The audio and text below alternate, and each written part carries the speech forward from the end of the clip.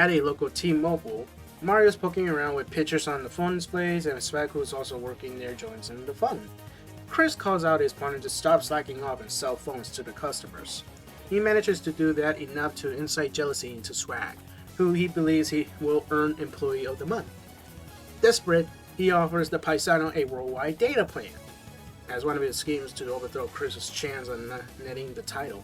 First, he introduces a SIM card with a free subscription to Shrek Online.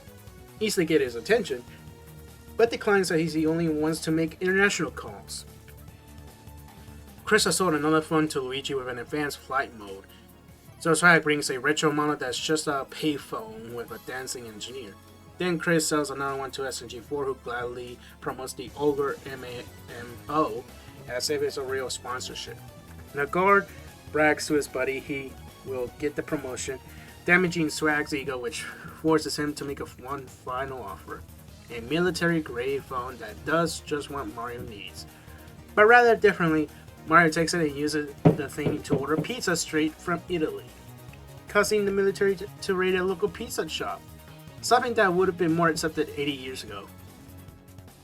Swag brags him about him talking to Employee of the Month, while Chris glances at Mario using the phone and realizes they're in danger. The wacky plumber thinks he's paying a typical tanking, but is actually causing a disaster in the Mushroom Kingdom, and likewise launches a world-destroying but not reality-fabricating nuclear missile.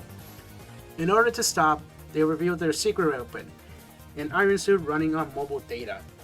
After donning it, Mario blasts away, has a little fun with the tool, but realizes the data is limited and has to stop the nuke before it's out of fuel. He snatches it and throws it on Mars, blowing up the door alien ceremony.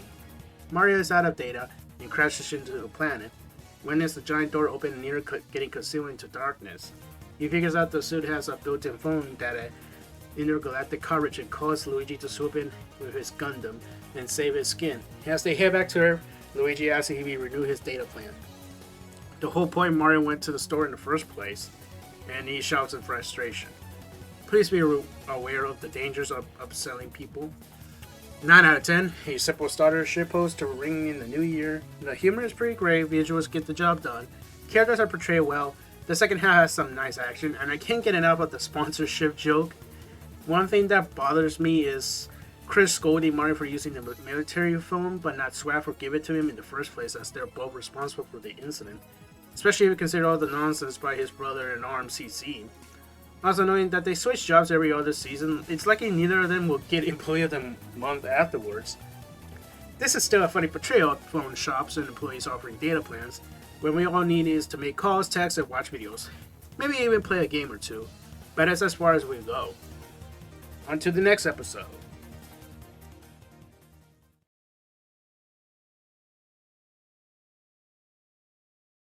Well, you ought to know, sweetie.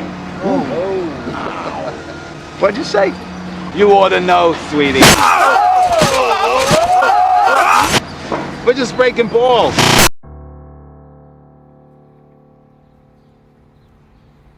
The intro starts off rather intensely, implying Luigi took out Melanie and doesn't get rid of the evidence. Mario heads towards the castle until he encountered his brother, covered in watermelon juice. Giddy. He asks what that substance actually is, but the understudy panics and replies that it's pasta sauce. Mario enters and finds that Melanie is lying down in red liquid, automatically assuming it's blood, and is determined to find out who did it. He goes to check out Luigi, loading up his truck with a gun. Shuri shows up greeting him, but Mario's perspective, it sounds like he's being kidnapped. He now thinks his brother has been a cold-hearted criminal this whole time. He goes to Fort to tell the news, but is interested and he's busy moving plans with Maggie. Mario goes home to further investigate, looking at his road garden. They take a call to start digging and immediately leave. He follows him driving to the city, arriving at the Mafia meeting, that jumps at the opportunity to make him pay for his mobster crimes. Luigi escapes from the building to get away from his bro until they reach a flower shop. Throwing Mario for a loop, he thought Luigi was working for the mob with Melanie and Shuma as their targets, but there they are in the flesh. So he explains they are opening the shop out of his new passion for gardening. Melanie states we're ready from turf they had, despite his platoon really using that color, and he was taking a nap after. Luigi's hose is one Shumi's firearms converting into a sprayer, and he screaming excitement helping him with the business. The Shy Guys from earlier were only taking interest in the quality of his flowers, approving him to open the place. Though it's possible Luigi reached out there for funding or protection regardless if they even are gangsters. And 4, Meggy tried to keep the whole thing a secret so that Mario wouldn't disrupt their work, knowing how predictable he is. They laugh at his ridiculous misunderstanding and proceed to hold the grand opening, while Mario is either baffled about his assumptions or coping with the fact Luigi has become more successful than him for once. Both of these can be simultaneously true. 9 out of 10. A nice take on the criminal misunderstanding cliche, where we believe a main character is a bad guy until it's disproved. The title implies this was going to be an Encanto parody or a John Wick one from the thumbnail. A more generic but accurate name I will give this video is Suspicious Luigi, though they would have shortened the word to get people's attention. Anyways, the episode is about Mario taking his assumption to heart, while Luigi is actually doing something nice for himself. The pacing is straightforward, the humor is good, including the ending, and the characters beside Mario were clever to hide their surprise from him before it got ugly. Guess they learned from their mistakes since last time, even though the whole thing was overblown and both groups handled it poorly. But anyways, next video.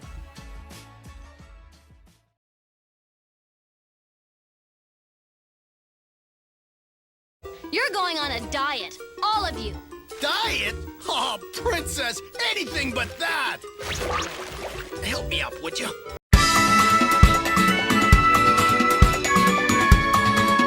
Mario, in his diabetic ways, is eating more than usual. Meg comes in noticing he's morbidly a beast, in his words, which is also a valid description. Mario keeps chowing down anyways until he suffers a heart attack. At the hospital, his obesity is diagnosed and the doctor tells him this could be his last day on Earth, if he doesn't lose a single kilogram, or about 2 pounds by the end of it. This influenced Meggy to force him to go on a diet, but he would rather leave it all behind and go to that golden buffet in the sky. She pulls him back and telling him he can't wait and that he has to start eating vegetables. Back home, however, he proceeds to deep fry them, further degrading his health. Any regular ingredients he tries to consume will instantly be rejected by his closed-minded immune system. No matter what, Mario is unable to fulfill Meggy's wishes, even with the best TV show Catholics have to offer. He turns to the others for help, starting with 4, who suggests exercise, but predictably rejects this solution. He then plays around a Wii Fit with Atari, breaking one of her balance boards, tries the childhood classic pacer test with Psycho, but runs away instead of back and forth, and gets startled at a Japanese stereotypes to Coc'n's workout video. At Luigi's floor, Shabby takes off his shirt teaching Mario yoga, but breaks his spine upon the first pose. Weighing himself again, there's still no change. So he decides to treat himself to his remaining spaghetti collection and go quietly. But instantly gets swapped for veggies thanks to Meggy. He has the convenience store to pick up more, but she also quickly switches them, driving him insane. It escalates when she takes away any junk food Mario tries to obey, turning him into a green giant and rampages through town after a squabble with the Fuzz and recreating King Kong for the millionth time. The Puesuelos siblings have an intervention about his conditions. Throughout the whole day, Mario was neglecting his health and further dismantling and wanted to eat the same crap over and over again. That's not to say it's only his fault, however, as Meggy forgot he's physically unable to digest any healthy food, which in on itself doesn't automatically solve the issue. Like actual people who suffer from morbid obesity, but her intention is to get him back to normal because he shouldn't throw his life away over thousands of calories. Not to mention prevent the disaster they over a year ago. She apologized for her recklessness, but he understands that he, by his own upbringing, realized his time is almost up, and they enjoyed their last hour together. However, she recognized his rampage helped him climb the tower to conveniently loses his targeted weight.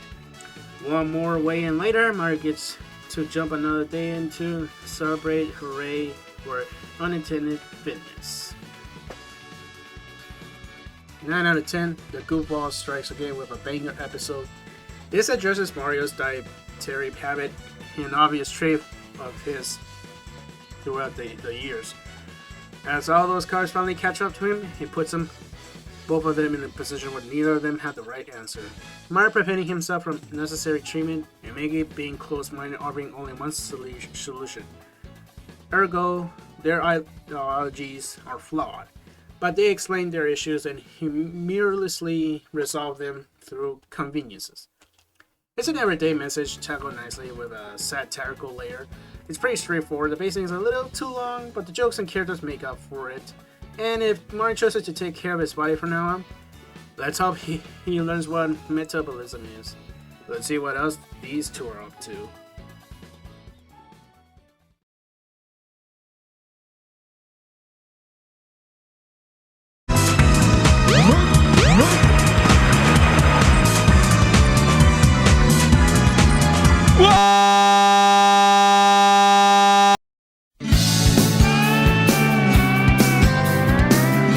Mario, Miggy, Bob, and Bookends are on a fishing trip for sport. However, the scatterbrain geniuses think the activity is for free grub instead of reeling them and letting it go. Miggy wanted the trip to be fun and distraction, but she knows one of their friends is a fish himself, making her idea foolishly counterproductive as Mario and Bob are capable of endangering the ecosystem just for nibbles. Yet the former Garo agreed to tag along with his own best friend, presumably to humiliate and demean him or show his ignorance. Mario's at first tired of being on the boat, until Bob teaches him how to fish and consume all the underwater life in existence through their selfishness. Even after they're told to leave the fish alone, they continue eating everything they catch, introducing a divide between the both duos. After some disputes over their attentions causing them to separate, Coc'n summons his friends, a la Mermaid Man and Barnacle Boy, to fight back against Mario and Bob's destruction. Meanwhile, the Italians' common sense bravely sticks out, asking if they could slow down their fishing. Bob's greed obliges, not caring if their planet is yet again at rest through their own volition. Coc'n's fishing army fails, and the fools turn into what they've eaten. Oddly enough, they do not resemble the trademark Nintendo creatures. Sheep Chief's Maggie retaliates one last time, attacking their boat with cannonballs, and Coc'n finally puts the two in their place. Later, they're about to depart from their pointless trip, but not before the Scarabaeus attempt to sneak in more food by tossing a toaster in the ocean. Lesson learned. Kind of. 9.5 out of 10, a fishy conflict between two groups in the most absurd way. This video is another decent example of character variety, having their screen time balance and their motives as a driving force for their antics.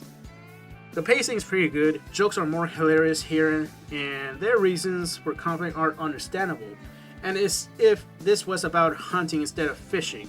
A lot more folks would side with Miggy and Coc'n, since the environmental effects of fishing, for food at least, are brought up less compared to hunting. The fact that Miggy's idea to go fishing with Coc'n's and Mario is fundamentally flawed proves that every character in this world has their own level of idiocracy, contrary to the claims of their intelligence, making her character out of place in the series. I pitied them if their English classes were that boring. Next, we have an interesting story that begs to be read between the lines and potentially challenge the way we critique content creators.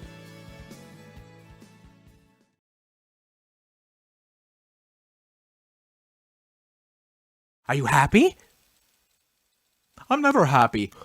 Hi, I came down with a cold between takes, so please pretend I'm yelling really, really angry there.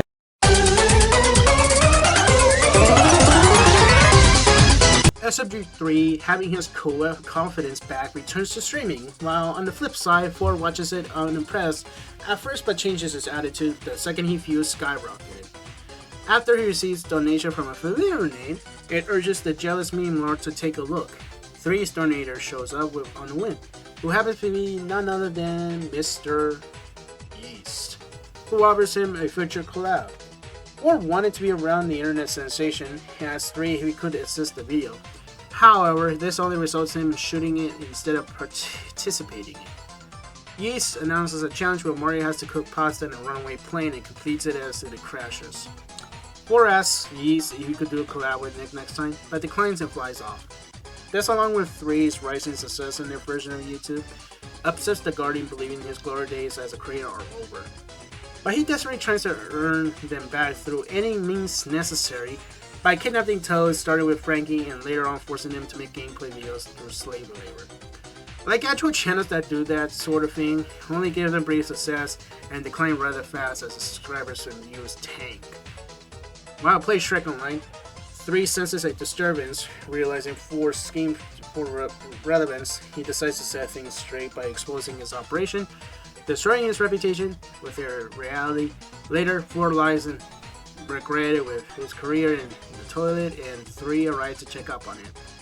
He said he did it to prevent any form of harm to his mentality, as by his words. Internet drama is quickly moved on from. Even when the YouTubers in question have done unforgivable actions, deserving more than their channels declining, in order to reclaim his audience's trust, he has to start favoring quality over quality. Ergo, focusing more on the product than producing videos ASAP. They managed to make a decent video for getting enough subscribers, which inspires Ford to focus on creating the best episode he ever made, to the detriment of shying away content from his peers. At this point in time, has he truly learned his lesson about content creation, or were we responsible for his madness? 6.5 out of 10. SMG4 carried the episode by helping his former rival who seemed to be crying for help. This is personally the most confusing episode I watched, as I'm not sure what the creators are really saying to the viewers. Has all the criticism and unwarranted backlash finally caught up to them, and this was venting out their frustrations? Or were we just poking fun at themselves again, taking it straight as usual? The latter seems more likely, as they don't involve themselves in drama caused by factions of their audience, and ignore crap like the morons who spend those stupid phrases in their replies. By the way, make sure to report if you happen to catch them by telling their silly little jokes. But the former option is more interesting for the personal reason, as tons of people who have super high expectations for the content want to be serious to be better. But we only praise them if they get exactly what they beg for, enough what the showrunners want to make, regardless what era they should take inspiration for, what issues they're able to address. That's the sad part of having a big audience. It's impossible to please everyone and deliver the best everything within a schedule, as loyalty is hard to come by these days, as well as YouTube fallacy holding edgy but not offensive humor hostage, and their flawed promotional system. Basically, because their videos aren't bluey in terms of quality, they're told they're just like Coc'n, which we all know is totally fair label to throw at them. More often than not, their morale is always underlined. When it comes to reputation and success, there are fans who think they've been betrayed or incapable of showing respect, spitefully throwing them under the bus through rumors and dead horse arguments. Luke may have just recently opened his eyes to all this, cyclically expressing how he feels throughout this episode and upcoming ones as of late. But this is mere speculation. Something slightly less confused at the use of a Mr. Beast parody, despite the referencing of the real man prior, paralleling the Simpsons' use of Star Wars and Cosmic Wars. But this is nothing to lose sleep over. What is something to note is that Jimmy himself has been pulling controversy as of late for reasons petty, even more so crushing to emotion. A good sign to know how far social media has fallen. I already talked about this crowd before in my own discussion videos. This episode is an interesting subversion of 4 and 3's past rivalry, where the latter always wanted to steal away his success, but the tables have turned. 3 is taking steps to gain a following of his own, while 4 is struggling with jealousy and his decline of relevancy, putting that above his self-worth, potentially his peers. It's also a commentary of content factories, notably finger family types that upload anything they want free of integrity and humanity. You know, something that detractors should pay more attention to. But to prevent myself from falling back into my old habits, let's rip the band-aid off and get the elephant in the room.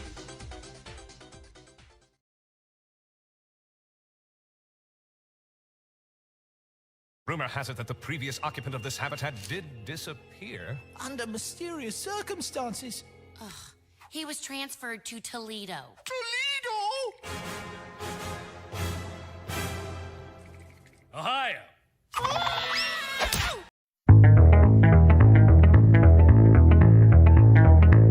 Mario and Tari are planning a trip to the second largest state in the country so he could get his hands on some barbecue steak. He offers Forrest to come along, but declines in order to keep working on his big project. They depart in a cab and later notice that the seedy scenery, an accurate interpretation of the most metropolitan neighborhoods, Both of them realize they're in the Buckeye State, and their driver creepily vanishes. Tari is confused and frightened over the town's extra bizarre atmosphere while Mario obviously adjusts to his surroundings. She wants to go to their real destination, but the duo get into trouble with the locals like being kidnapped and turned into cabbages. About to be juiced by a farmer, Mario communicates with the person to let them go, and he explodes. As the hellish residents are still after their skins, while in hiding, Tari asks him why he planned the trip in the first place. Mario says his sleep paralysis demon named Juan told him about Texas steak and called a taxi, but mentioned nothing about the route, presumably to screw with him, leaving Tari unamused. What else Mario hasn't disclosed about himself is anyone's guess. They escape by Mario turning into a truck and Tari pulling a peanut butter jar out of his bag to open a portal, which is all that needs to be said. They make it to their destination, gazing at the countless steakhouses. Their fun is cut short, however, thanks to Mario ignoring his health problems from 2 weeks ago. Getting a stroke from a tasty meat. That plumber ain't right, I tell you what. 5 out of 10. Yeah.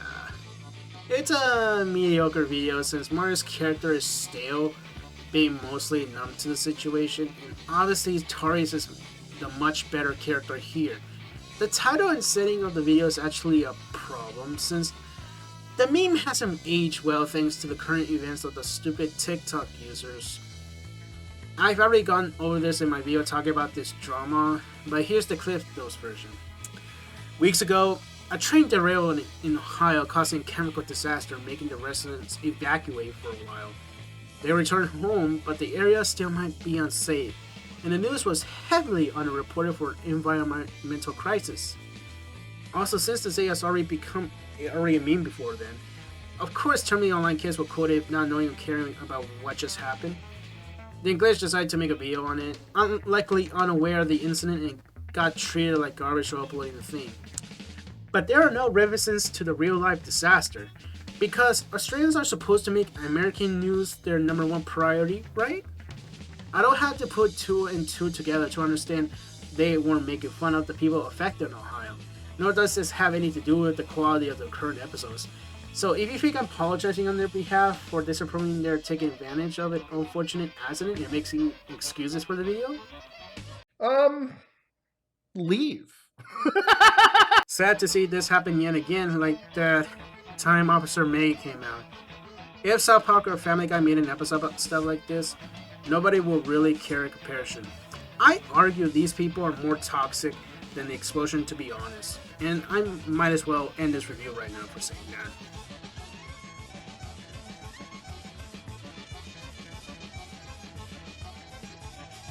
What an interesting start to 2023, hey folks? I'm just happy somebody's listening to me no matter how little my audience is.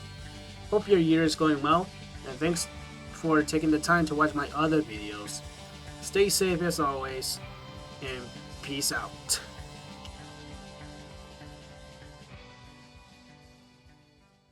A lot of you are curious about the Luigi voice. It sounds exactly like this. This is the male penis and testicles. In boys, testicular enlargement is the first physical sign of puberty. The testes have 2 main functions, to produce hormones and sperm, which are necessary for reproduction. I hope you enjoy it!